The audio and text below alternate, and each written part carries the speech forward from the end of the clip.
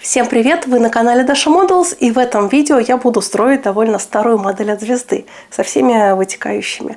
Это довольно знаковая модель, черная акула в 72 масштабе, и вы узнаете, как я победила такую модельку.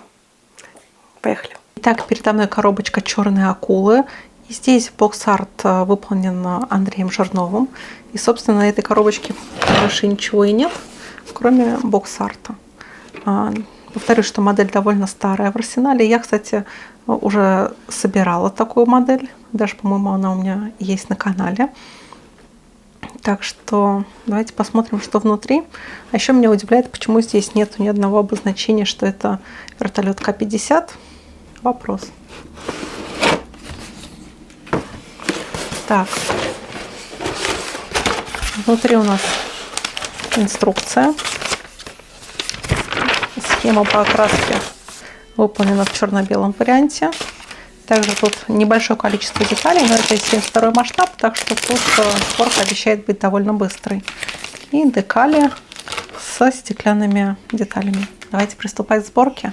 Ну а купить все необходимое для моделизма, будь то наборы для сборки, краски, инструменты, вы можете в магазине «Модельная лавка».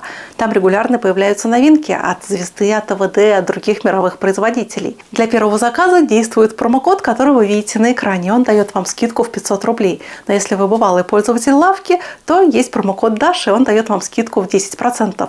Так что ссылка на магазин в описании. Переходи, там и все действующие промокоды. Поехали! Сборка кабины.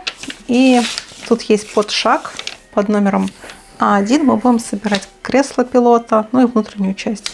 Также пилота надо будет предварительно окрасить, прежде чем поставить остекление. Ну, давайте начнем.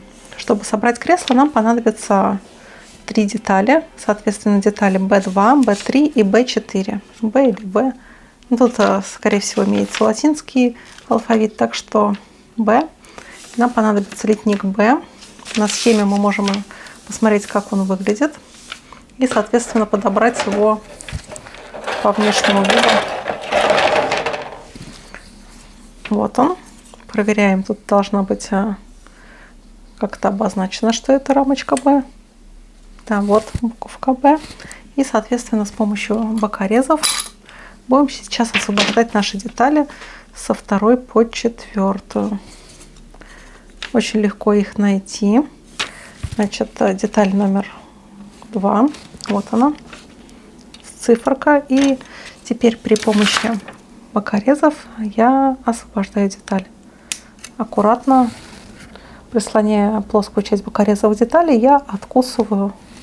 И вот деталь на свободе. Вторая деталь, третья деталь. А тут не совсем все идет по порядку, как это часто бывает. Так, я нашла 4-ю деталь, циферка 4, она нам тоже нужна. Сразу тоже ее освобождаем. И деталь номер 3, да, вот она. Освобождаем. Готово. 3 детали готовы. Теперь, прежде чем их приклеить, необходимо обработать. То есть убрать вот эти лишние оплои. И также остатки от нашей рамочки. Ну а больше моих фото и видео вне моделизма вы можете найти на моей страничке на Boosty. Там вы также сможете поддержать мою деятельность и попасть в титры к видео. Ссылочка на Boosty есть в описании к видео, так что тоже рекомендую подписаться еще и на мой телеграм. Там оперативно выходит информация о моих новых видео на канале Dasha Models и Dasha Technic. Ссылочка на телеграм есть тоже в описании. Так, детали я обработала, и теперь можно приступить к их склеиванию. Для начала я примерю, как на инструкции, и вместе стыка деталей я промазываю клеем.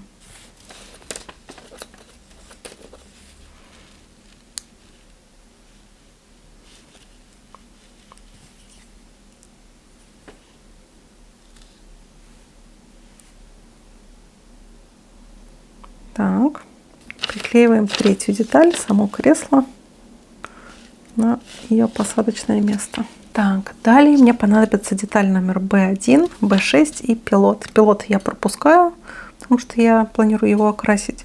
А вот первую деталь. Эта деталь одновременно и внутри вертолета, и является днищем.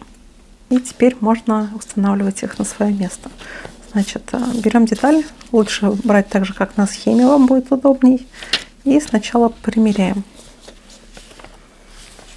Тут должны быть посадочные места. Готово. И теперь необходимо взять две половинки корпуса. Это детали B9 и B8. Опять берем рамочку B. Ну, их легко визуально найти, эти две детали. Освобождаем. Раз.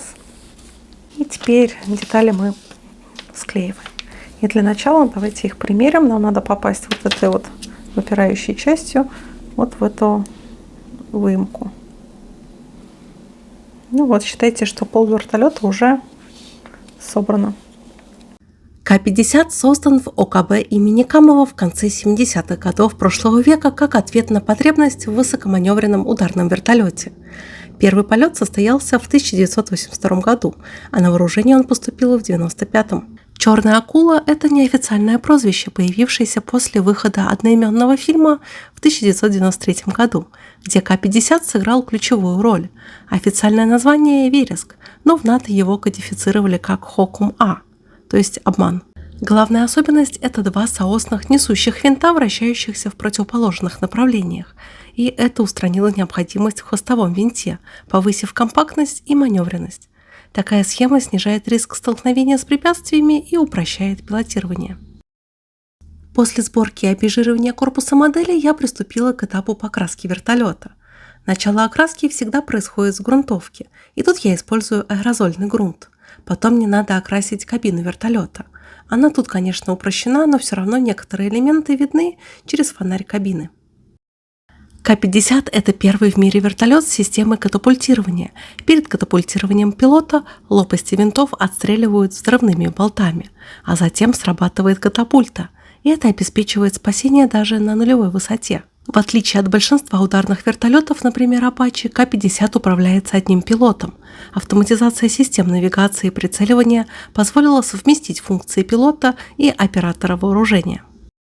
Также посажу окрашенного упрощенного пилота на свое место и накрою его фонарем. И чтобы не вырезать маски для стеклянных элементов, я пошла по простому пути и купила готовые маски. Вертолет оснащен двумя двигателями мощностью 2200 лошадиных сил каждый. Максимальная скорость 315 км в час, а крейсерская 270 км в час. Максимальный статический потолок полета 4000 метров, а динамический 5500. Дальность полета составляет 1160 км с подвесными баками.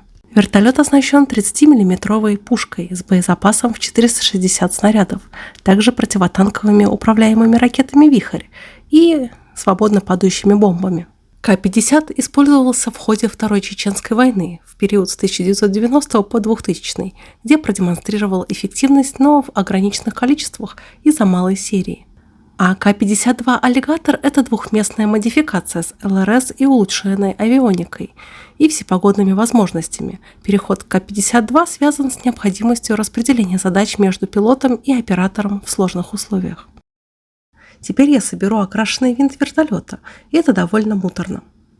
Интересные факты, что в 1980-х годах К-50 выполнил петлю Нестерова, доказав высочайшую маневренность. К-50 выиграл конкурс у Ми-28 «Ночной охотник» благодаря уникальной схеме, но позже Ми-28 также был принят на вооружение как более дешевый и простой в производстве. И несмотря на интерес зарубежных стран, экспортных поставок почти не было, а основным пользователем так и остался ВВС России.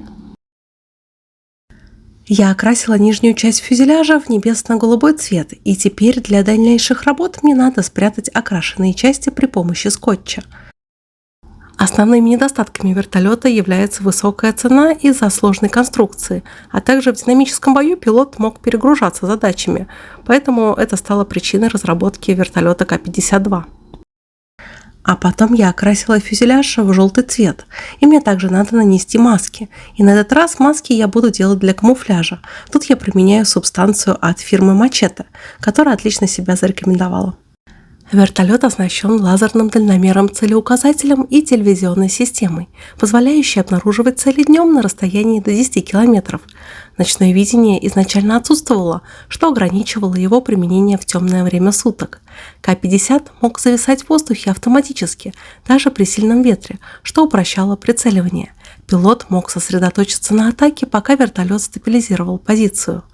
Поздние модификации получили комплексы радиоэлектронной борьбы для подавления радаров и ПЗРК противника. И нанесу через аэрограф зеленые пятна. Тут я применяю краски от фирмы Machete.